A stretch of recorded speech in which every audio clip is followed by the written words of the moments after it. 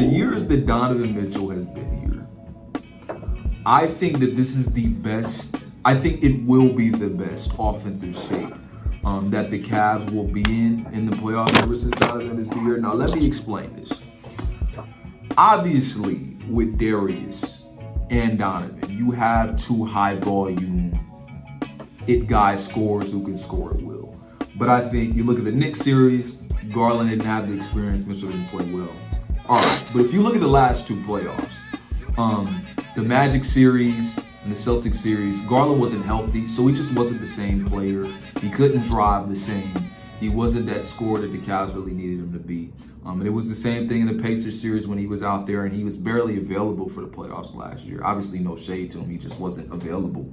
But I just think the last 2 years, just seeing the Cavs fizzle out of the second round like they have, but seeing that there was potential to be better, I just think looking at those years, they didn't necessarily have that second guy that could be that it factor next to Mitchell. Like, I think the luxurious thing about having Donovan and James Harden is the fact that when Donovan's out on the court, you still got a guy in James Harden who's going to score at will. And then when Donovan's on the court, he's going to score at will. I just don't think you've had that the last 2 years in the playoffs. In the first year, because it was Darius' first year in the playoffs, you also didn't really have it a ton. So I think with that, on top of the way Jarrett Allen has been playing, the way he's never played before, on top of me kind of feeling like this bench is a little deeper than it was the last 2 years. Like the Cavs, they can really, if Tyson and Dean Wade are healthy, they can really go 9-10 deep.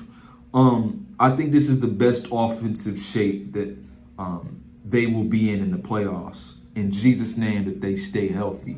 But I'm being so serious. I am being so serious. But I got a lot of faith for them offensively. I think defense is where the kind of question mark is. But I like where they've looked offensively going into playoffs as opposed to the last few years.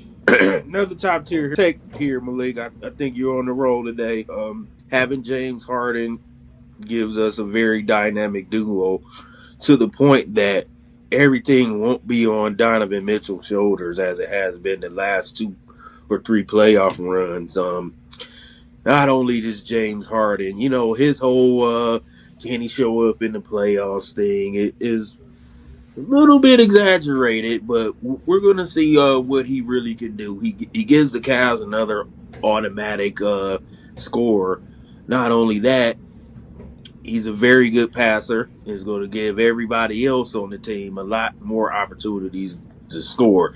You see the way him and Jarrett Allen have been playing together. It's going to add another dimension to the Cavs playoff run here. Also, if we could get Jaylon Tyson healthy back to his mid-season form, it's another automatic score that could be there. So I totally agree with you there. It's not going to be all on Donovan's shoulders this season, and that's going to make a difference for the Cavaliers. I agree. Yeah, for certain. Listen, I'm a little concerned because you was agreeing with me a little more than usual today. I came with the heat, didn't I? Yeah, you use all your stuff today. I can't say it's always going to be like that, but you came with it today. I have to give you that. Good stuff. All right, thank you. All right, everybody, this has been Top Tier, our Cavs edition. Next episode, it'll be Browns edition, and I'll be ranking my dad's takes. Other than that, this has been Maliq Hicks. That is Marlon Hicks here, signing off. Peace out, and we'll see you on the other side. Peace.